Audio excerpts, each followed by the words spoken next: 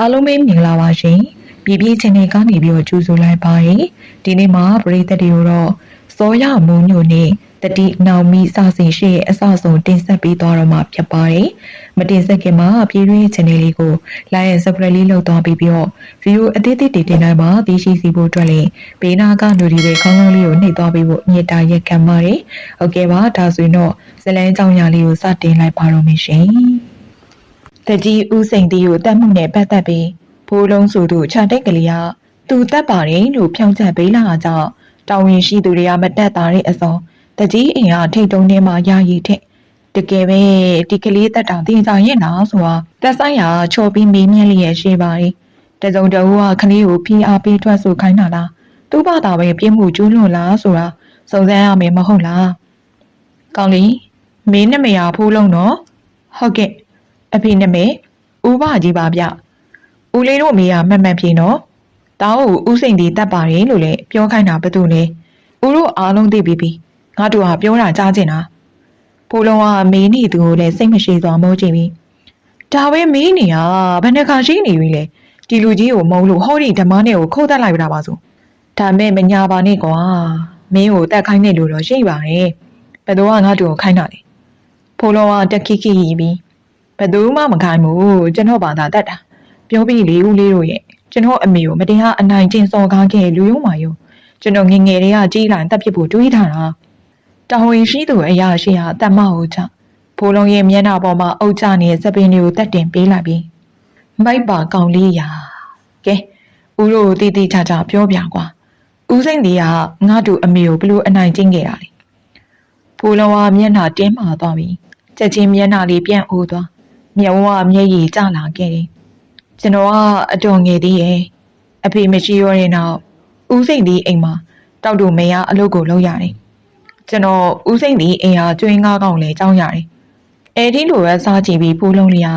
သူတို့သားအမေရဲ့ရင်းနှီးပွဲဖြည့်ပြက်တွေကိုအောက်ပါအတိုင်းပြောပြတယ်ကိုလူရေးထင်းခုတ်သွားရင်ကြားဆွေခင်ကတော့ခု900မယ်ဘဝရောက်ရတဲ့မဲ့အေးကြီးတို့သားမိမှာတကြီးဦးစိန်တီအိမ်မှာတဝန်းတစ်ခါအတွက်ကိုကြုံခံရတာပါကျွန်းလို့မစိုးသားပေမဲ့လည်းကျွန်းသားဘွားနဲ့နေရတာမနဲ့မူလင်းတာနဲ့မအေးကြီးဟာတကြီးရဲ့အိမ်ကိုသွားပြီးထမင်းချက်အဝေးလျှော်ကြမ်းတိုက်လို့ရတာပါတကြီးကတော့ဒေါ်များနှစ်ကလည်းအလွန်မောက်မာပြီးတော့အကျဉ်းသားတရားကင်းမဲ့သူဖြစ်တယ်ဖူလုံးလေးရဲ့အသက်က9နှစ်သားဆိုတော့တီးတက်နေပြီဒါပေမဲ့အလုံးလုံးနိုင်တဲ့အရွယ်မှမဟုတ်တာ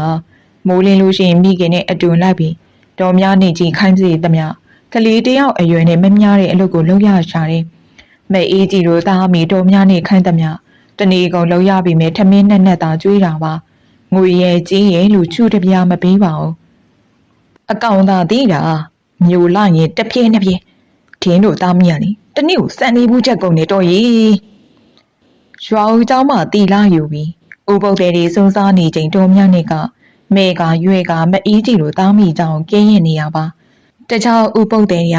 ဥပုပ်နဲ့ဒီလိုမျိုးမအပ်ဆက်တဲ့အသိအပြင်စကားတွေကိုမကြားလို့မပြောလို့ပဲမြင်တကြီးကတော့ကြီးဆိုရဲ့အတိကြောင့်မပြုံးချင်ပဲပြောအော်ဟုတ်လားဟင်းကောင်းလို့ထင်ပါရဲ့အတော်စားနိုင်တာပဲနော်ကုသိုလ်ပေါ်တကြီးကတော့ရဲ့တရခါဒီမှာတော်မြနဲ့ကမျက်နှာတင်းမာသွားပြီဒင်းတို့သားမျိုးလေကိုစားရဲ့ဟင်းနဲ့ကျွေးရတော့ဟုတ်ပါရဲ့ဒီလောက်ကြီးဆိုမတတ်ထားခြင်းတော့ဘူးကုသိုလ်လိုချင်လေတော်တို့သာခေါ်ကျွေးထားပါလားမပြောချင်းမိမေအလိုက်တင်ပြန်ပြောနေရောစကားကိုအကြကရန်ထောင်တက်နေတော့တခြားဥပုပ်တဲ့ရမျက်နဲ့ချူသွေးပြီးလေးပြီးထိုးရတာပဲအမေကတော်များနဲ့အိမ်မှာသူရင်9ယောက်ရှိတာပါသူတို့ကိုဘာသာအချက်စားဖို့စံစီငပီးကိုလည်းတပတ်စာတွက်ပြီးအချိုးချောင်းနဲ့ချိန်တွယ်ပြီးသူမဘီရဲ့ရိတ်ခါမလောင်းငါပါဘူးဒါပေမဲ့ဘယ်သူမှစောတကမတက်ရင်ဘူးမအေးကြီးတို့သားမရတော့တကြီးအိမ်ကြီးမှာပဲစားကြရတာဒါပေမဲ့သူတို့နဲ့တအိုးတင်စားရတာမျိုးမဟုတ်ဘူးတကြီးတို့လင်းမရလည်းမီးတုံးဆန်နဲ့တအိုးမအေးကြီးတို့သားမရငစိန်စံကျန်းနဲ့တအိုးပါဟင်းကိုလည်းချက်ချက်တယ်ဆိုရင်ခြေတော့ခေါင်းအယိုးနဲ့တောင်ပန်းဖယုံသီးဘူးသီးနဲ့အယောစီပါလီဟန်ချက်စီပြီးတော့သူတို့အတွက်ကအသားတက်စီပြန်ဟင်းမှာအလုံးရှုပ်တယ်ဆိုပြီးမအေးကြီးတို့သားမီစားဖို့ငစိန်စံလေးဘူးကိုလည်းမနှက်စာညစာကိုချက်စီတာပါအဲလိုချက်ရမှာအရင်ညနေကကျန်တဲ့ထမင်းချမ်းကိုအခုမနှက်စာစားကြရတယ်လို့ အခုမနဲ့ချက်တဲ့ထမင်းချံဘွားကနေပြီးတော့ညနေမှစားရပြန်ပါတယ်တာမီနှစ်ယောက်တည်းလေးဘူးချက်တော့မကုန်ရှာပါဘူးထမင်းချံတက်တရားလေးပြီးစားရတာမျိုးဖြစ်တယ်အမေမြသားလေးအပြန်နောက်ကျနေလို့လာကြတာကျမသားလေးဘာလို့နေလဲပြီးခဲ့တဲ့ရက်ကမအေးကြီးမိုးရီထဲမှာအဝတ်တွေရှုံရတာကြောင့်ဖျားပြီးအလုံးမလာနိုင်ခြင်းမှာဖိုးလုံးကသာအိမ်ကြီးကိုလည်းလှုပ်ပေးလိုက်တာညနေမိုးချုပ်တဲ့အထိဖိုးလုံးပြန်မလာလို့မအေးကြီးကဒူးစုပ်ကိုလည်းခေါင်းဆောင်ပြီးသူ့ရဲ့သားကိုလာကြိုခြင်းဖြစ်တယ်အလိုလေးတော့တောက်ကြီးဒီရွာရဲ့ဘဲချိန်ပြင်းညီးသားကိုဘယ်သူမှမတတ်ပါဘူးနောက်ဘေးမှာအိမ်သာရှင်းခိုင်းနေတာဒါနဲ့နေစမ်းမအောင်မီမနေ့ကတော့တေနာပေါ်လို့ဆိုအခုတော့မိုးရီလာနိုင်သလားမအေးကြီးဟာအတနာခံနေမျက်နှာနဲ့တော်များနှစ်ကိုမောကြည့်ပြီးကျမဖျားနေတော့မှအမေမြရဲ့သားလေးကိုလေစိတ်ကူလို့လိုက်လာရတာပါတရခါတော်များနှစ်ကမျက်နှာလှည့်ပြီးနေရာထပြီးတော့ဖြစ်ရမယ်တောက်တင်နာလေးရလေပြီးလေမပြီးနိုင်ဘူးဒီလိုပြောပြီးတော့တော်များနှစ်ကအိမ်ကြီးရဲ့ဝင်သွားရာမအေးကြီးအိမ်ကြီးကိုပတ်ပြီးအိမ်သားရှိရာထွက်ခဲ့တယ်ဖူလုံးလေးဟာတကြီးအိမ်သားအောက်ကမစင်အညစ်အကြေးကိုဝလုံးနဲ့ထိုးထုတ်နေအောင်တွေ့ရတယ်ရှေးကမြမတို့ရဲ့အိမ်သားတွေကရှေးလောင်အသုံးပြုရတဲ့ဟာမျိုးမဟုတ်ပဲအပေါက်ကနေစွန့်ကြရတာအပုံကြီးဖြစ်နေအခါရှင်းထုတ်ဖြစ်ရတာဒါကလည်းလူကုန်တန်တဲ့အတန်အသင့်အခြေအနေရှိသူတွေသာအိမ်လိုအိမ်သားကိုသုံးတာဖြစ်ပြီးတော့အများစုကခြုံတိုးခြင်းနဲ့သာကိစ္စကိုဖြေရှင်းကြတာ။အိုးတာလီငါတာလီဖြစ်ရလေကွယ်။တကူလုံးနဲ့ဟောင်ပေလူနေရဲ့တားပြစ်သူကြည့်မအေးကြီးရင်မချိပါဘူး။ဒီချိန်အင်းကြီးစီကနေတော်များနေရဲ့အတန်ဆိုကြီးထွက်ပေါ်လာတယ်။ဟိုတေနာကြလေမပြီးသေးဘူးလား။ဒါလေးလုံနေရထားလိုက်တော့ရေကိုအိမ်ကတွင်းမှာမချိုးနဲ့နော်။ရွာပြင်ရချောင်းမှာသွားချိုး။မအေးကြီးတားပြစ်သူကိုခေါ်ရွာပြင်ရစမ်းချောင်းထွက်ခဲ့ပါတယ်။မိုးကလည်းချုံနေပြီဖြစ်တော့သူတို့သားမိချောင်းထဲကကြီးချိုးပြီးတကြီးအိမ်မှာထမင်းသွားမစားတော့ဘူးမအေးကြီးရဲ့အတွက်ပြုတ်ထားတဲ့စံပြုတ်လေးသာသားမိနေရောက်တာတောက်ရပါတော့တယ်နင်းပြားဘဝနေရုံမထွက်နိုင်ရှာတဲ့မအေးကြီးလိုသားမိမှာတဝမ်းတစ်ခါအတွက်ကိုကျွန်းခံရင်ဖူလုံးလေးတော့10နှစ်သားအရွယ်ရောက်လာခဲ့ပါပြီတကြီးဦးစိန်တရားဖူလုံးသူ့အိမ်ဟာကျွဲကိုကြောင်းစီပါရင်အခါသားနာအနေနဲ့မိုး90နှွေ90ပေးပါတယ်အဲလိုဆိုစီငွေကို9ချက်ပြည့်အောင်မကင်ဘူးတဲ့မအေးကြီးအတွက်တာပြည့်သူကတနစ်ကိုငွေ100ချက်ရတော့တကြီးဦးစိန်တီကိုကျေးဇူးရှင်အဖြစ်သတ်မှတ်ရတာပဲဦးစိန်တီဆိုတာမိမအလွန်ရှုပ်သူဆိုတာတရွာလုံးတစ်နေ့လုံးကတီးနေတာပါဘလို့ပဲဆိုပါစေငွေကို9ချက်ပြည့်အောင်မကင်ဘူးတဲ့မအေးကြီးအတွက်တာဖြစ်သူကတနစ်ကိုငွေ100ချက်ရတော့တကြီးဦးစိန်တီကိုကျေးဇူးရှင်အဖြစ်သတ်မှတ်ရတာပဲဦးစိန်တီဆိုတာမိမအလွန်ရှုပ်သူဆိုတာတရွာလုံးတစ်နေ့လုံးကတီးနေကြတာပါအခုလေဦးစိန်တီကမုတ်ဆိုးမှမအေးကြီးကိုရီးတဲ့လှုပ်လာပါတယ်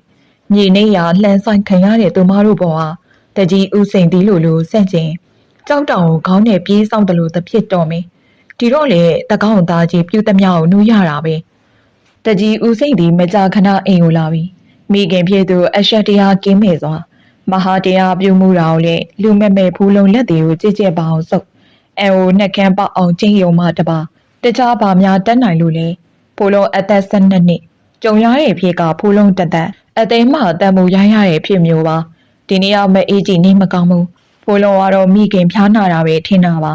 အမေကမအေးကြီးကလေးဖြတ်ချလို့အိပ်ရတယ်လဲရတာကိုဝင်ရှိလာတော့တကြီးကသူ့ကိစ္စကိုအပြက်ရှင်းစီတာတကြီးမင်းပြတခုလောက်ခွင့်ပြုပါရှင့်ကျမသားလေးကိုလေတင်ငန်းလေးစီးပေးခြင်းလို့ပါမအေးကြီးဟာခြေတော်တင်မှုကြွားချီလာတဲ့အယုတ်တမတကြီးမင်းကိုတူးရှိုခွင့်ပန်နေရပါတကြီးမင်းဦးစိန်တရားတနာကိုတွေဝေးအစီပြန်နေတဲ့မျက်နှာနဲ့မအေးကြီးကိုရှမတ်ထန်တဲ့မျက်လုံးနေကြည့်မအေးရဲ့ဒါများလာမဲ့တလင်းသိမ့်လို့ရရင်လေဘုန်းကြီးเจ้าမှာအကိုရလေညီးသားကိုတင်ငန်းစီးပေးမယ်ဟုတ်လားဒီအခွင့်အရေးကိုရဖို့ကတိပေးလေပြီဆိုတော့မအေးကြီးတနာဘလူးကြီးစိန်တီအလိုကြကာကျူရုပ်သေးရုပ်ကလေးလိုနေပေးရရှာတာပဲလေဒီလိုနဲ့နေမာရက်ကနေလာနေနှစ်ကိုကူးခဲ့ပြီးဖြစ်တော့ဖိုးလုံးခမလဲစာတင်ရမယ့်အရွယ်မှာစာမတင်ရရှင်ပြူတာတော့မှစတိတဘောဘုံကြီးเจ้าမှာကရုံးတုံးပြီး9ရက်တင်ငန်းစီးခဲ့ရတာပါဖိုးလုံးရဲ့အသက်က7နှစ်ဆက်တော့တကယ်ကမအေးကြီးကအလွန်ရိုးသားပြီးသူမစာလေးမတက်တော့သူမရဲ့သားဖိုးလုံးရဲ့မွေးတက်ကလေးကိုကောင်းကောင်းမမိတော့ပါဘူး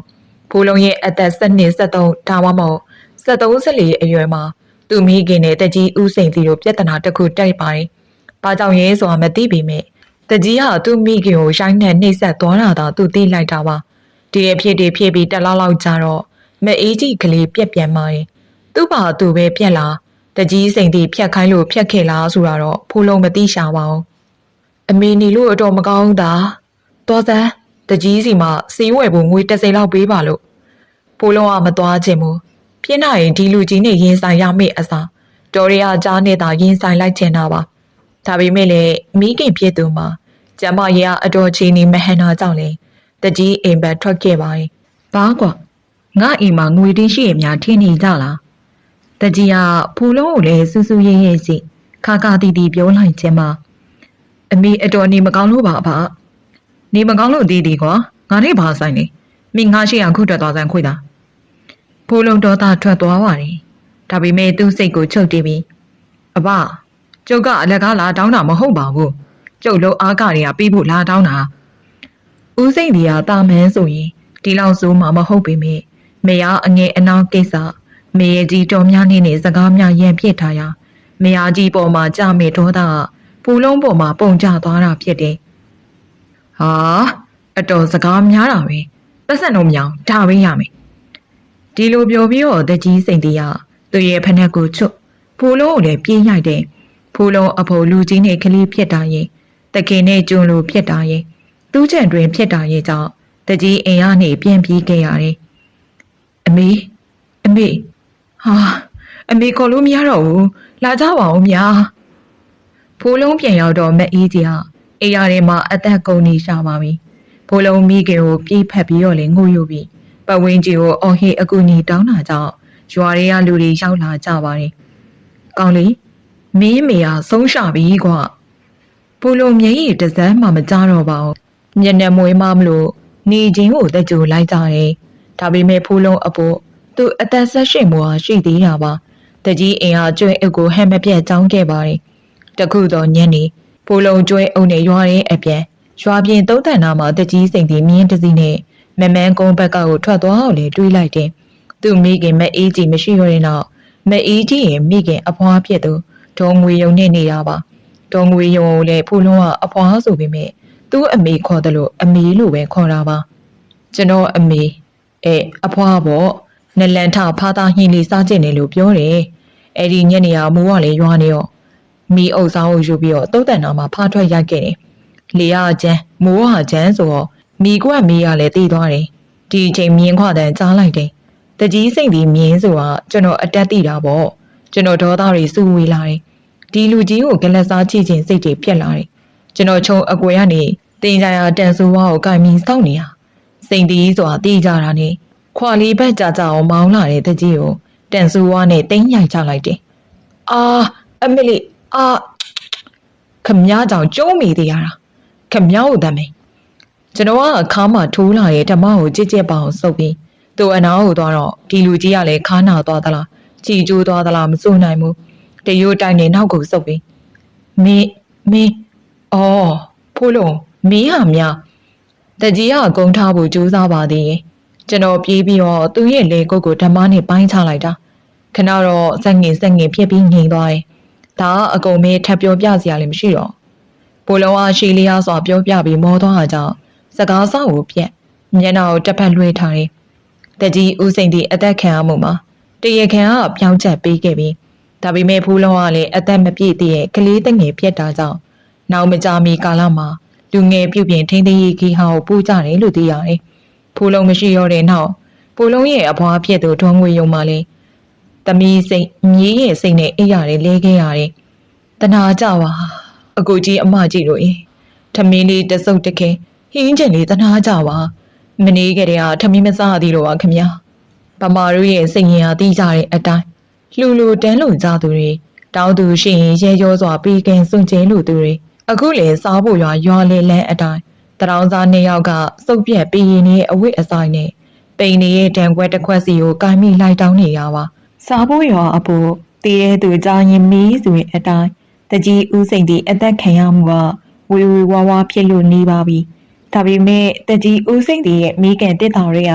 ရေတနာရီဖောက်ထွင်းတဲ့ကိစ္စတော့မရင်ငယ်များစွာပွေသူဖြစ်တော့အများရဲ့ထင်မြင်ယူဆချက်က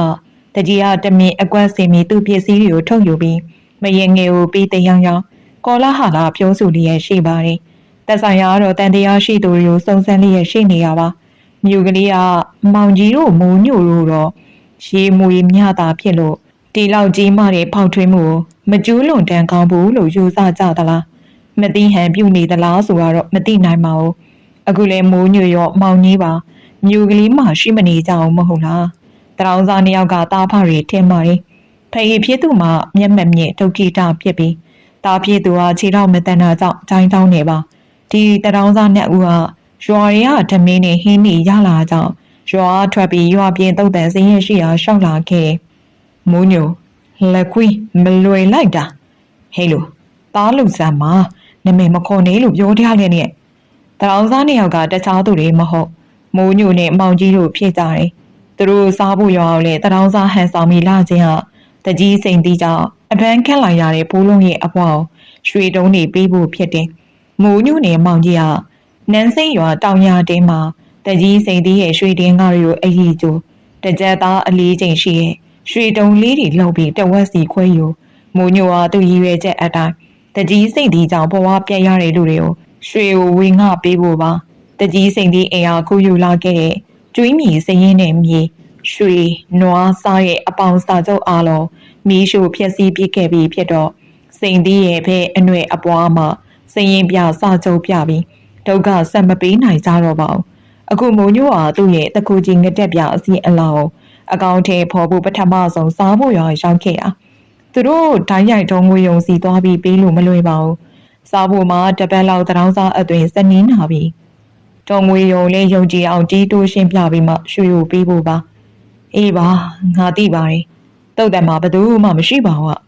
မောင်ကြီးကပြောလိုက်တာပါမိုးညိုကမောင်ကြီးကိုအသာတွန်းလိုက်ပြီးတကယ်များကန်းသွားပြီလားဟိုစရက်ပေါ်မှာကျုပ်တို့ရွာထိပ်မှာတွေ့ခဲ့တရောင်းစားသားမိထိုင်းနေရမမြင်ဘူးလားဒီတော့မှမောင်ကြီးကစရက်ပေါ်ကြေးလိုက်ပြီးအော်ဟုတ်ပါငါပစုကြီးခေါင်းပေါင်းထားတော့မမြင်ဘူးဟာငါလည်းသူတို့စားနေရကြည့်ပြီးဘိုက်ထင်းကိုစားလာပြီစရက်ပေါ်မှာသွားစားကြမယ်ကွာသူတို့နှစ်ယောက်ကတုတ်တန်စရက်ပေါ်ရောက်တော့တရောင်းစားသားမိကထမင်းစားနေရပါမောင်ကြီးကမျက်မမြင်ဟန်ဆောင်ထားတော့မိုးညိုကမောင်ကြီးစားဖို့ခွက်ကိုထိုးပြီးတရောင်းစားသားမိဘာနဲ့စားလဲလို့လေကင်းကြည့်လိုက်ပါတယ်မအေးအိုကြီးကိုဒီလိုကြွေးရသလားမိုးညိုကပြောလေပြောတရောင်းစားလေးကိုပြေးကန်လိုက်ပါတယ်အကြောင်းကမျက်စိမမြင်တဲ့အမေအိုကြီးကိုစားနဲ့ငေးုပ်သီးစိမ်ပေးပြီးကောင်လေးကဘေးရကျော်နဲ့စားနေရပါကောင်လေးကတုံလုံးလဲနေရကုန်းထပြီးမိုးညိုကိုလည်းအကြောင်းညွှန်စွာကြည့်နေပါတယ်အမလီမလုံးကြပါနဲ့ကျမတို့ကတရောင်းစားရပါရှင်မိမရဘလို့ထင်နေမသိပါဘူးမိုးညိုရှိအောင်လည်းမှန်းပြီးတောင်းပန်နေရပါမိုးညိုတခုခုပြောမေကြံပြီးမှကောင်လေးကိုအန်ကျိတ်ပြပြီးမဟုတ်ပါဘူးတော့ထမင်းခွက်ကိုခွေးနိုင်လို့ပါကျွန်တော်တို့လည်းတောင်းစားသူတွေပါရှော့အဲ့တော့ကျွန်တော်တောင်းလို့ရတယ်ဟင်စားပါဗျာတာရုပါတော့တာတို့ဒါနဲ့လူလေးစားဖို့ရောရှိရလားမျက်မမြင်အမေအိုကမေးလိုက်ခြင်းမှာမိုးညိုကအမေအိုဂီယူနာတက်စွာကြည့်ပြီးရှိပါရဲ့အတော့ကျွန်တော်တို့ကလည်းသားဖပါကျွန်တော်အဖေလည်းမျက်စိမမြင်ရှာပါဘူး။ကိုကွယ်ပြေးရလေတယ်။ဒီလိုနဲ့တရောင်းသားသားမင်းနဲ့မိုးညိုလိုရင်းနှီးသွားကြပါတယ်။သူတို့ဒီစရက်ပေါ်မှာပဲအိတ်ကြတာပါ။တရောင်းသားသားမင်းကစရက်တောင်တောင်မှအိတ်ဆက်ပြီးတော့မိုးညိုကတခြားတောင်မှအိတ်ဆက်ကြတာပါ။ညရောက်တော့တရောင်းစားလေးကစရက်အောင်မှာထမီအိုလေးစင်းတင်မောင်ကြီးကအပေါ်အပါသွားခြင်းနေဆိုတာကြောင့်မိုးညိုမောင်ကြီးကိုတွဲပြီးစရက်အောက်ကိုဆင်းခဲ့တယ်။ဟေ့ကောင်မင်းမအဖေမရှိတော့ဘူးလားမိုးညိုကမောင်ကြီးလက်ကိုဆွဲတရောင်းစားလေးကိုမေးလိုက်တာပါမရှိတော့ဘူးသိပြီမိုးညိုကကောင်လေးပြီးမှထိုင်မင်းတို့အမေကလည်းမျက်မမြင်ငါအဖေကလည်းမျက်မမြင်ကွာဒီလိုလုပ်ကြရင်ကောင်းမယ်ဘယ်လိုလုပ်မှလဲဗျမိုးညိုကဆက်ဖြစ်ပြီးအမူအရာနဲ့မောင်ကြီးကိုတက်ချက်ကြည့်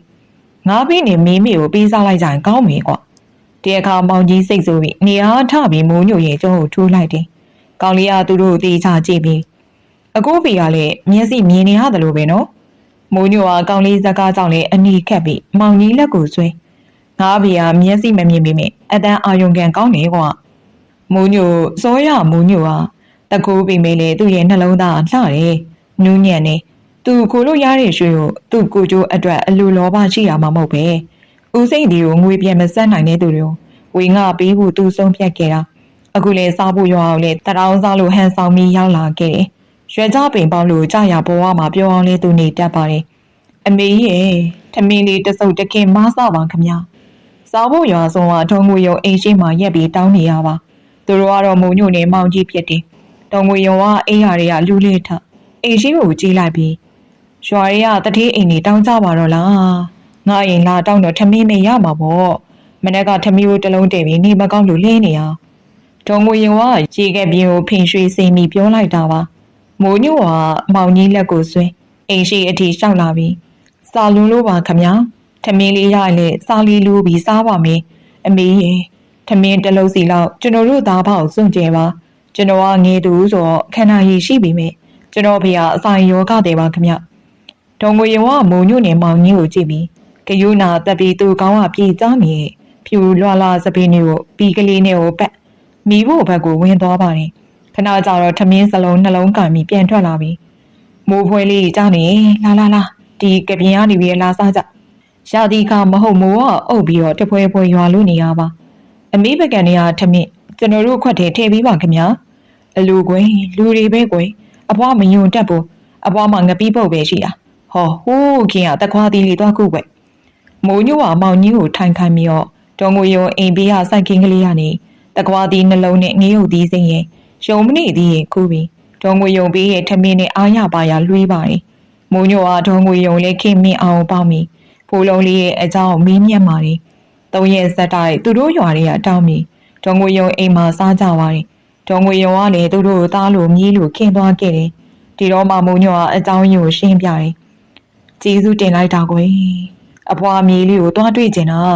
အဖွားအနှိမ့်သေးဆိုတော့ရွာလေးလှည့်ပြီးနေမှာစားဖို့လောက်ရတာအခုမောင်ရင်လေးတို့ကျေးဇူးကြောင့်အဖွားမြေးလေးကိုတွေ့ရတော့မင်းမိုးညိုကတီတူကပ်ပြီးအဖွားဒီရွှေတွေကိုထုခွဲရောင်းကြပြီးမြေပြန်ကရွာတရွာမှာမြေနဲ့အိမ်ဝယ်ပြီးနေဒါမှဖိုးလုံးအလွယ်နဲ့သွားတွေးလို့ရမှာတော်ငွေရောကမျက်နှာမှာပြုံးရောင်တန်းသွားပြီးအေးအဖွားရဲ့အသားကြီးကကြောက်စိတ်အရက်မှာရှိပါရဲ့ကြောက်စိတ်ကိုပဲအဖွားသွားနေပါမယ်ဒီလိုနဲ့တော်ငွေရောရွှေ20သားပေးပြီးပြန်ကင်းကြတယ်သူတို့နှစ်ယောက်ကနန်းစိန်က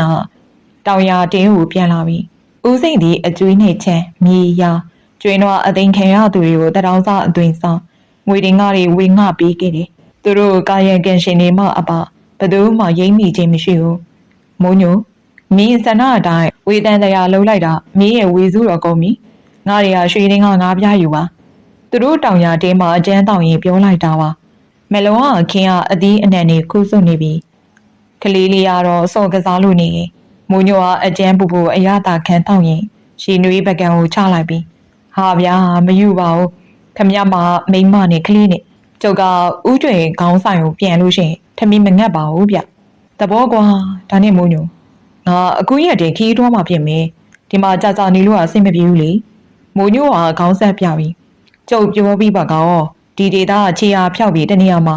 အခုရထားတာလေးနဲ့ရင်းနှီးစားတော့ပါဗျာတကူအလုပ်လေးထမ်းမလုပ်တော့နဲ့မောင်ကြီးကနှိုက်လိုက်စာဆက်သားကြောက်ကြော်ကိုပြန်ချလိုက်ပြီးမိုးညိုကိုမေးကကြည့်လျက်တော့ကွာငါလူရည်လို့ဖြစ်ကြတဲ့ဟာတကူလို့လား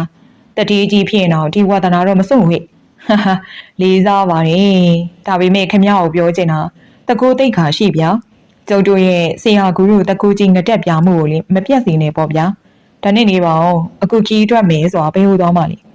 မောင်ကြီးကတမောက်ကိုချလိုက်ပြီးညိုညိုမိုင်းမရှိနေညစိန်တောင်ညိုငေးကြည့်ရ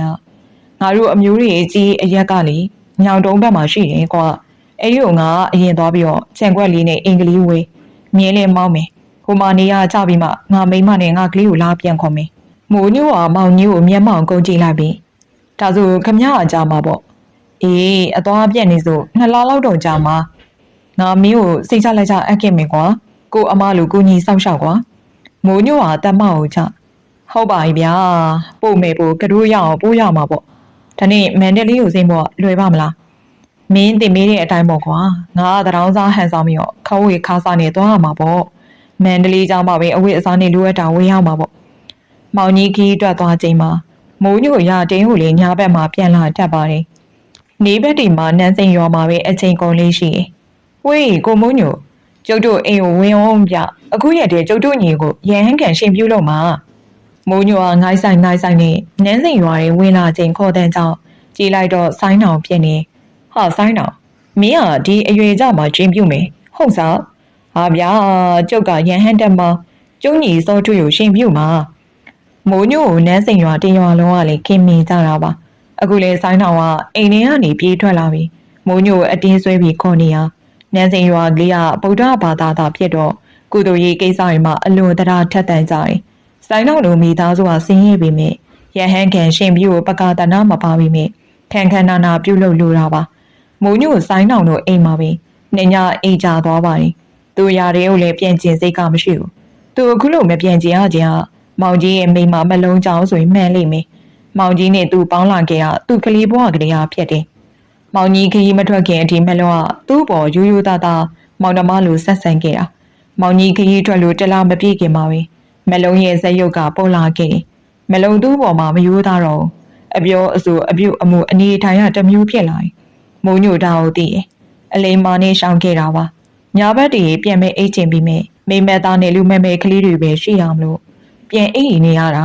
မောင်ကြီးကယုံကြည်စွာအပ်ခဲ့တာမဟုတ်လားမိုးညိုထအောင်ဆိုင်းတော်တိပိန်ပေါ်ကကြလို့မိုးညိုဟာရှင်ပြူအိမ်မှာညာတညာလုံးအေးအေးပြတ်ထားကြောင်းနောက်ပြီးချန်နေကကွင်းပြက်မှာအိပ်ပျော်သွားတာပါဘာကြီးညိုလုံနိုးမှမိုးညိုကလန့်နိုးသွားတယ်ဟာဘလို့ဖြစ်တာလဲဘာညိုမိုးညိုအိမ်ကြီးကအတင်းကုန်းယူထပြီးမေးလိုက်တယ်ဘာကြီးညိုကတတ်မအောင်ချအလူမအေးခံမှုကွန်းတက်ခူးရတယ်ကွာရှေးအခါကြီးလက်တွန်းရွာတွေမှာအလူအတန်းလုံးကြတဲ့အခါကုန်းသီးကိုကုန်းသီးပင်ပေါ်ကတက်ခူးကြသလိုကုန်းရွက်ကိုလည်းကုန်းရွက်အပင်ကတက်ခူးတာပါကုန်းသီးကအပင်မြင့်မျိုးဖြစ်ပေမဲ့ကုန်းရွက်ကတော့နှွေပင်အမျိုးတခြားတစ်ပင်ကြီးတွေပေါ်မှာနှွေပြီးတော့လည်းပေါက်ရောက်တာအခုအခါမှာကုန်းကိုလည်းတိုင်ထောင်ပြီးတော့လည်းစိန်နဲ့စနစ်တကျစိုက်ပျိုးကြပြီစက်မီလို့မြန်မာနိုင်ငံမှာကုန်းနဲ့ပတ်သက်လို့၅မျိုးအကြံပြင်ခွဲလို့ရပါတယ်ပထမတစ်မျိုးကအရှိကုန်းလို့ခေါ်တဲ့မွန်ပြည်နယ်ဘက်ကထွက်တဲ့ကုန်းဒီကုန်းအရွက်သားထူပြီးတော့အစိမ်းရင်းအောင်ဖြစ်တယ်ဒုတိယတစ်မျိုးကပသိမ်ကုန်းလို့ခေါ်တဲ့အေယာရီမြေဝဒေသထွက်တဲ့ကုန်းမှာဒီကုန်းကအရွက်နှုတ်ပါပြီးအစိမ်းဖြုတ်ဖြစ်တယ်တတိယအညာကုန်းသူကအရွက်ကအဝါဘက်တန်းမြော့နှုတ်ပါရင်စတုထားတော့စစ်တောင်းကုန်းလို့ခေါ်ကြတယ်မွန်ပြည်နယ်ဘက်ကတော့ထွက်တဲ့တဘာဝဒေါ်ကုန်းဖြစ်တယ်ပြည်စမတစ်မျိုးကပကူးကုန်းကတော့အညာထွက်တဲ့ကုန်းပသိယထွက်တဲ့ကုန်းမွန်ပြည်နယ်ကထွက်တဲ့ကုန်းတို့နဲ့မတူဘဲစစ်တောင်းကုန်းနဲ့ဆင်းနေဒီကုန်းကပကူးယူမတဘာဝဒေါ်ကုန်းမှာရာကုန်းနဲ့ပတ်သက်လို့ရှင်ပသိမ်ကုန်းကပထမအညာကုန်းကဒုတိယအရှိကုန်းကတတိယစစ်တောင်းကုန်းကတော့အင်တီကုန်းအနေနဲ့စာလို့ကောင်းပြီးစီးပတ်ဝင်နေပကူးကုန်းဖြစ်တဲ့ပကူးယူမထွက်တဲ့ကုန်းကျန်းကြတော့တောကုန်းချင်းတူပေမဲ့လေအရွက်ဖဖပစားလို့တော့မကောင်းဘူးမကြခဏကိုစစ်တောင်းတောကုန်းနဲ့ပကူးတောကုန်းဆိုပြီးမှားကြလိမ့်ရှိတယ်ဒါကမြန်မာနဲ့ကုန်းခွဲမရတာကြောင့်ကုန်းဘဟုတုတာပါဖြစ်ရလေလူတွေရေမနဲ့ပြန်မေးရဟန်းတက်ရတော့မှာဆိုင်တော့ဦးလေးပြန်သေးလာကြပါပြီမိခင်ဖြစ်သူရဲ့ငိုတဲ့ရင်းနဲ့နင်းစီရပါဆိုင်တော့ဆုံးရှာပါပြီရှီလူကြီးတွေကရဟန်းလောင်းရှင်လောင်းဦးလေးရှီမကူရတိပိမတက်ရလို့တားမြစ်ခဲ့တာဒါသာသနာမှာရဟန်းတော်ဖြစ်လာမေသူမဲနဲ့ကလည်းနှောက်ယှက်ခြင်းဖြစ်တယ်မိုးညိုအားစိတ်မကောင်းဖြစ်ရောလွဲလို့ဘာမှမတက်နိုင်ပါဘူးအခုတော့ရှင်ဖြူရင်ဟန်ခန့်အလူဟာအာတုဘနာယီအလူဖြစ်ခဲ့ရပြီးမိုးညိုအာတုဘချပြီးညနေမှတော့ရာကင်းပြန်ခဲ့ပါတယ်မပြန်လို့ကလည်းမဖြစ်တဲမှာမလုံးလို့သားမိတွေပဲရှိရမဟုတ်လားသူနန်းစိန်ရလာတော့နေဝင်သွားပါပြီတောင်ရတဲကိုရှူတစ်ခုပြက်ပြီးရောက်ပြီးကိုမိုးညိုသူ့ကိုလေရှူအဆက်ကခေါ်လိုက်တဲ့အတန်မှာဒီအတန်ကိုမိုးညိုတိကျသိပါတယ်ဆိုင်းနောင်ရဲ့အတန်မှာသူ့အတန်လာရကြီးလိုက်တော့ခြုံပင်ကလှုပ်ရှားသွားတာမြင်လိုက်တယ်ဟာဆိုင်းနောင်ခြုံပင်ရဲ့တစ်ပတ်ဝယုံနှစ်ယုံကြားမှာဆိုင်းနောင်ရဲနေအောင်တွေးလိုက်တယ်ဆိုင်းနောင်ဟာတီးပြီးပဲဒါဆိုင်းနောင်ဝင်းကြီးတက်စီပဲသူအန်အော်မေတက်ပြီးကြည့်နေစဉ်ဆိုင်းနောင်ကဝယုံတော်ရီတူးဝင်သွားရာမိုးညိုနေရာကနေခက်တုတ်တော့ဆိုင်းနောင်ဝင်သွားရဲ့နေအောင်အပြေးလျှောက်လာခဲ့ဟင်နဲဆိုင်းနောင်ဝင်ရောက်ပျောက်ကွယ်သွားရဲ့နေအောင်ကိုမိုးညိုရောက်သွားချိန်မှာစီဒီပြက်ရှိရာတောင်ကုန်းကနေနန်းသိမ့်ကြီးဆင်းလာတာကိုတွေးလိုက်တယ်မိုးညိုနေရာမှာရက်ကြက်တီလို့နေပါတယ်နန်းသိမ့်ကြီးကမိုးညိုနဲ့ဝါတရိုက်အကွာမှာရက်လိုက်ပြီး အကူမူညိုဆိုင်းနာနောက်ကိုလိုက်လာလားနန်းသိန်းကြီးကမေးလိုက်တာပါမူညိုကနန်းသိန်းကြီးကိုရီဝေးစားကြည့်ပြီးနန်းကိုထင်ပြရင်နော်နန်းကဆိုင်းနာကိုသိနေရလားသူကဟိုနေ့ကတစ်ပင်ပေါ်ကကြာပြီးတော့ဆုံးရှာပြီးစောနာသူ့ဝင်းကြီးပုံရိပ်ကိုလည်းတွေးလိုက်လို့ပါနန်းသိန်းကြီးကမူညိုကိုစိတ်မသက်သာစွာကြည့်ပြီးသူ့ကိုနန်းသိပါရဲ့တေရွာရဲသားတွေပဲလေနန်းအခုမှသိတာသူကနန်းတို့ရဲ့တိုက်ကပါသူ့ကိုလူရက်ကိုလွတ်လိုက်တာဒါပေမဲ့သူကရဟန်းတက်တော့မေးဆိုတိုက်ချုပ်ပြောတာဆိုင်းနာကသာသနာမှာပြုံမှုပြီးရဟန်းဘွားနဲ့မြဲနေမယ်တဲ့ဒါကြောင့်ရဟန်းမတက်ခင်တိုက်ချုပ်ကပြန်ခေါ်ခိုင်းလို့လေနန်းတို့မောင်နှမသွားခေါ်ခဲ့တာလေဘာမိုးညို့ရဲ့အတန်းအပဲ့တင်ထပ်သွားပါတယ်လက်သီးကိုကြည်ကြဲပါအောင်ဆုပ်နန်းသိမ့်ကြီးကိုစားတော့ဝါတော့မလို့ကြည့်ပြီးနန်းမင်းတို့ရဲဆက်ကြပါလားအစိမ့်သိမ်းရဲပြီးလှုပ်ကြတာပေါ့ကျုပ်ခင်းတွေကဲမီကအလက်ကားပဲသူကမြဘာအပြင်းရှိလို့လဲမိဘကိုလှုပ်ကြွေးနေတားလိုက်မှာပါဗျမင်းတို့ကြောင့်ဆိုင်းအောင်မိဘတွေမှာဘလောက်နာကျင်ခံစားရလဲမင်းတို့အစိမ့်သိမ်းရဲပြီးမဆာနာကြတော့ပေါ့သာသနာပေါင်းမှာမြဲတော့ကောင်းတဲ့အလုံးမဟုတ်ဘူးလားမင်းတို့ကွာမိုးညို့အသားတွေတစက်ဆက်တုံလို့နေရင်နန်းသိန်းကြီးကရင်းနေရထိုင်ချလိုက်ပြီးရှိုင်ကိုမဟုတ်ဘူးအတင်မလွယ်ပါနဲ့ကိုမိုးညို့နန်းတို့ကတိုက်ချုပ်ကြီးထားရနေစီရသွားတဲ့ကြီးကျုံမျိုးပါအခုဆိုင်းတော်ကလည်းဖះတိုက်ကလူကြီးတယောက်ပါသူတို့မောင်နှမ9ယောက်ရှိပါတယ်ဆိုင်းတော်ကအကြီးဆုံးပါသူလူပြည်ကိုအနည်း90အလေးသွားခွင့်ရတာပါဒါပေမဲ့ဆိုင်းတော်ကဒီဖះတိုက်ကိုအရီမီဒီယာဖះရှင်ပွင့်တဲ့အထီကိုစောင့်ရှောက်ရမယ်သူပါတိုက်ချုပ်ကြီးကသူတို့ရဲ့အဖိုးတော်ပါရဲ့ရှင်ဆိုင်းတော်ရဟန်းဘွားကမထွက်တော့ရင်တိုက်ကျိုးပြက်ပါပြီတိုက်ချုပ်ကြီးကလည်းဘာသာတရားကိုကိုင်းဆိုင်ဆိုပါကုသိုလ်ရေးဆိုတာသိလျက်ရဲနာတိုက်ရဲ့တောင်းဝင်ကြောင့်လည်းအခုလိုအသက်နှိုးယူရလို့နန်းသိထားပါတယ်နန်းသိန်းကြီးကရှင်းပြမှမိုးညို့ဒေါသပြေးသွားပြီနန်းသိန်းကြီးကိုကြည့်ပြီးထပါနန်းအကိုကရုတ်တရက်အကျိုးကြောင့်မသိလို့ပြောမိရပါကိုမိုးညို့တိုက်သေးကိုလည်းခေါ်ပြလိုက်ပါညီမလေးဆိုင်းအောင်တို့ဘဝကိုလည်းသူသိအောင်လို့အတန်ကြားမှကြည့်လိုက်တော့ဝယုံပင်အုပ်ကြီးကြားမှာဂျာကြီးတကောင်ကိုခွာစည်းထားတယ်ကိုဆိုင်းလာကိုတွေးလိုက်ရတယ်အကိုမိုးညို့နန်းတို့တိုက်ကိုခဏလိုက်ကြည့်ပါမိုးညို့ကမကြောက်တတ်ပေမဲ့အုပ်ဆက်ဆောင်နေရဲ့တိုက်တယ်ဝင်ရောက်မှာတော့ကြောက်မိရအမှန်ပါဒါပေမဲ့စူးစဲလူစိတ်ကပြင်းပြကြောင်းနန်းသိမ့်ကြီးခေါ်ဆောင်ရောက်ကိုလိုက်လာခဲ့မိရဲ့သူတို့ရဲ့နေရာနေဖျားကုန်းပေါ်အတက်ကြောက်တုံးကြီးတတုံးရင်နောက်ကိုအရောက်မီးရောင်နေထိန်နေအောင်တွေးလိုက်တယ်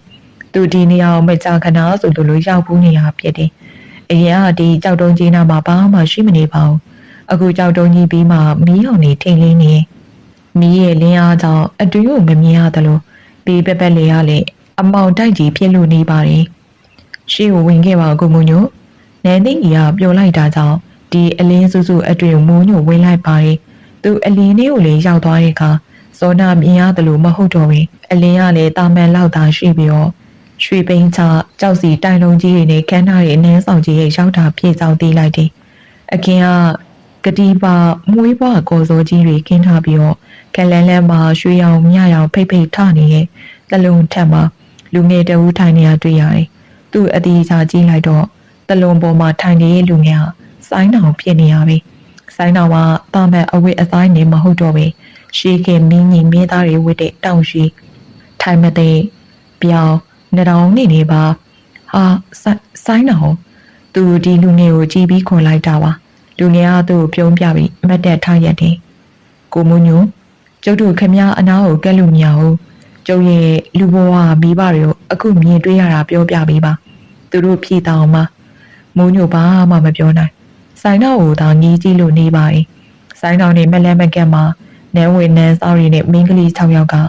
ပန်းပကတ်တန်းကိုလည်းစီးလို့နေကြပြီပျော်ရွှင်စွာဘာသက်ချင်းမှနားမလဲတဲ့တီးသွားကိုလည်းတီးဆိုတယ်နန်းကတော့သူတို့နဲ့မလဲမကန်ကျဲမြင့်မှာယူရုပ်လေးထိုင်နေရှာတယ်ကိုမိုးညိုကျုပ်တတိပေးပြစီခမရတို့ဒီတော့ရဲ့အကြောင်းလေးသိမှာပါညဉ့်ညမ်းတော့မကြိုက်ဘူးဗျာကျုပ်တို့ကမောင်နှမတွေနေကြတာခမရကိုလည်းအထူးတတိပေးချင်တာခမရကန်နေနေရဲ့ကိုမိုးညိုခမရမိတ်ဆွေရဲ့မိမခမရကိုဖျက်ဆီးလိမ့်မယ်မိုးညိုဘာမှပြန်မပြောမိဘူးဆိုင်းတော်ကိုသာငီးလို့ကြည့်နေမိအကိုမိုးညိုပြန်မှုသိမိနန်းသိန်းကြီးကလှမ်းပြောလိုက်ခြင်းမှာမိုးညိုနေရာကနေလှေထွက်လာခဲ့ရုတ်တရက်အလင်းရောင်လေးပြောင်းကွယ်သွားသလိုနန်းဆောင်ကြီးလည်းမရှိတော့ပါဘူးထင်းရှူပင်ကြီးတပင်းအောက်မှာကြာကြီးကိုခွာစည်းထားတဲ့လူတစ်ယောက်ကသူ့ကိုကြည့်လို့နေ ဒီသူကကိုဆိုင်လာပါကိုမုံညိုမားဖြက်ရင်ရတိတောင်ဆန်းလျှောတယ်တတိထားပါဗျကိုဆိုင်လာကြားကြီးပေါ်အဲ့ဒီလိုလှမ်းပြောပြီးနေရာကြားရုံလူပါပျောက်ကွယ်သွားတယ်မုံညိုစိတ်ကြီးရှုပ်ထွေးနေပါတယ်ဒီနေရာကနေတောင်ကျော်လေးအတိုင်းသူတို့ရဲ့တောင်ရတင်းလေးရှိအောင်ထွက်လာခဲ့ပါတယ်သူတို့ရဲ့တောင်ရတင်းလေးကလားရောင်မိန်ပြပြအောင်မှာငိုင်မီးနေတယ်လို့ရှိရင်ပတ်ဝန်းကျင်ဟာသိရွက်လီတူးတန်းအဝေးဟာကြည်တောက်တန်းညာပိုးကောင်းရဲ့အော်တန်သာကြည်စုမီးမှုနေပါတယ်မုံညိုနေပြန်လာသေးရဲ့တော့မလုံးရဲ့ငိုတန်စွန်းနဲ့ခေရတဲ့အတန်မုံမုံညိုတီးလိုက်ပါတယ်မမလုံးမအိတ်သေးဘူးလားမလုံးကတင်းလေးရှိဟာကွင်းပြစ်ပေါ်မှာပုံပုံလေးထိုင်ပြီးငိုနေရပါငါတို့သားမျိုးလူသားတွေလိုမှအတိမပြည့်ရလားမုံညိုရေနေပြန်မလာလို့လေငါတညမှမအိတ်ရအောင်ဘလို့အိတ်ရင်မလဲမုံညိုနေပေရီသွားနေရလေမုံညိုတမ်းမကိုချကွင်းပြစ်မှာထိုင်လိုက်ပြီးရွာရဲကကျွန်တော်အတီတယောက်တစ်ပင်ပေါ်ကကြာပြီးတော့ဆုံးသွားလို့မပြန်ပြစ်တာဗျကဲပါသွားရတော့မုံညိုနောက်ညရေပြင်မှာမအိတ်ပါနဲ့ငါတို့သားမိမအိတ်ရဲဘူးအင်းမဗျာတော်စိတ်ကြလက်ကြတာသွားအိတ်ကျွန်တော်ဒီမှာအိတ်မယ်မလုံးကနေရထမုံညိုနှက်ကန်းစုပြီးငုတ်ကြည့်လိုက်ပြောဒီမှာမအိတ်ရဘူးအပြင်မှာဒီလောက်အေးနေတာလားအပေါ်မှာအိတ်မလုံးကမုံညိုရဲ့လက်မကိုဆွဲပြီးပြောလိုက်တာပါမလုံးစီဟာတနက်ခါရနေမုံညိုလိုလူပြိုရိုင်းတယောက်ရဲ့စိတ်ကိုလွတ်သွားမတတ်ပဲမုံညိုဟာမလုံးရဲ့လက်ကိုဖိလိုက်ပြီးမမလုံးမသိတော့ပါဘူးဗျာကို့ဘာသာသွားရင်ပါမရဘူးထနော်မလုံးကမုံညိုအတင်းပွေးဖက်လိုက်တော့မုံညိုထိမ့်လန့်သွားပါတယ်သူမလုံးရဲ့ရင်ဘက်ကိုလည်းအားနဲ့တွန်းပြစ်တယ်မလုံးခမမြေပေါ်အယုတ်ကျိုးပြက်ကိုလဲကျသွားတယ်မမလုံးဟာဗျာဒုက္ခပါပဲတောင်းမှပါဗျာကျွန်တော်ရောင်ပြီးတွန်းမိရမလုံးကလေနေရမထအောင်မြေပေါ်မှာခွေလေးအိတ်တသိန်းအိတ်တွေဆိုင်ကိုနေမုံညိုကဘလို့လောက်အောင်မသိတော့မလုံးရဲ့ဘေးမှာဒူးထောက်ထိုင်လိုက်ပြီးထားနိုင်လားမမလုံးမလုံးကဘာမှမပြောတသိန်းသေးတာဆိုင်လို့နေရှာပါတယ်မုံညိုမလုံးကိုလည်းမတူရင်မထီရဲပါဘူးဒါပေမဲ့သူကယောက်ျားတယောက်အားနှွေရဲ့မိမက်သားကိုမညာတာယာကြပြီလားမုံညိုမလုံးရဲ့ခန္ဓာကိုယ်လေးကိုပွေပြီးတူမလိုက်ပါတယ်မလုံးကမုံညိုရဲ့ရင်ဝေကိုမျက်နှာအပ်ငိုမြင်းငိုနေပါတယ်မုံညိုသူဒီတောင်ကိုလည်းကြောနိုင်ပါအဲ့လို့မလုံးကကမပိုင်လင်းရှိသူမိမတယောက်ပြီးတော့သူရင်လှုပ်ပေါ်ကိုင်ပိတ်ရဲ့မိမဖះရှင်ရဲ့ဒီတနာမှာဒုတာနာတော်ဆိုတာရှိတယ်ပြီးတော့လူချင်းဝေပြစ်စသည်ကောင်းမီသူမိစ္ဆာစာရကံရှုံးညံ့လွန်ပါတယ်မုံညိုဟာတကူပါကံ၅ပါးမှာအာရိနာဒါနကံကိုလေကျိုးလွန်နေရသူအခုကာမီသူကံကိုပါထက်ကျူးလို့ရှင်သူကဘာတန်ဖို့မှမရှိရတဲ့အညံ့စာယောက်ျားတယောက်ဖြစ်ပြီးပေါ့သူ့အမေမက်ပတောင်ရဲ့ဘဝကိုပြန်တွေးမြေမတက်တာရဲ့ကိုးပေါ့ကွာဒါပေမဲ့ကြံနေကန်နေတော့ထက်မကျူးလွန်စေနဲ့တကူကြီးရသည့်အယူကြီးရဲ့စကားသူ့ရဲ့နားစီမှာပိတ်တင်ထက်လို့နေပါတယ်မုံညိုသူ့ကန်တခုအတွင်းစင်းမှုလက်တလုံးသာလူတော့တယ်မလုံးကိုသူငုံကြည့်လိုက်တယ်ရှုံးမာလိုက်တဲ့မိမလင်ကြီးရှိလျက်နဲ့ဖောက်ပြန်ခြင်းနဲ့လောကမှာနှောင်မီးလေးနဲ့မိမစွာရှုံးစရာမုန်းစရာအကောင်းဆုံးပဲတတိထားရလိမ့်မယ်နောက်မီးလင်းခြင်းနဲ့မိမရဲ့တော့မှာသူအနစ်မခံနိုင်ဘူးမုံညိုမလုံးကိုပွေထားရမြေပေါ်ပြန်ချလိုက်ပြီးစက္ကနေထတောင်အောက်ကိုပြေးစင်လာခဲ့တယ်မုံညိုရဲ့မလုံးရဲ့ခေါ်တဲ့ကိုသူကြားနေပါတယ်ဒါပေမဲ့လင့်မကြည့်တော့ပါဘူးနောက်မီးလင်းတက်တဲ့မိမဖောက်ပြန်တက်တဲ့မိမဆိုတာစာရိတာကိုကိုယ်ွယ်ကြတဲ့ယောက်ျားကောင်းတို့အတွက်တတိထားရမယ်တတဝါတွေမဟုတ်ပါလားဟုတ်ကဲ့ပါရှင်အခုတင်ဆက်ပြီးသွားတာကစောရမုံညိုနဲ့တတိနောက်မီးဆိုရင်စာစိန်ရှိရဲ့အစအဆုံးတင်ဆက်ပြီးခဲ့တာပါနောက်နေ့မှာဘလူးစိမ့်ဝင်စားဝေအားကောင်းတဲ့ဇလန်းအကြောင်းအရာတွေတင်ဆက်ပြီးုံမလေးဆိုတာသိရှိစေဖို့ပြည်တွဲရဲ့ channel လေးကိုနေ့စဉ်မပြတ်စောင့်မျှော်အားပေးပါအောင်လို့ဖိတ်ခေါ်ပါရစေဇလန်းကိုနားစဉ်အားပေးခဲ့ကြပရိသတ်တွေလည်းစိတ်ချမ်းသာခြင်းကိုယ်ရည်ချမ်းသာခြင်းနဲ့ပြည့်စုံနိုင်ကြပါစေရှင်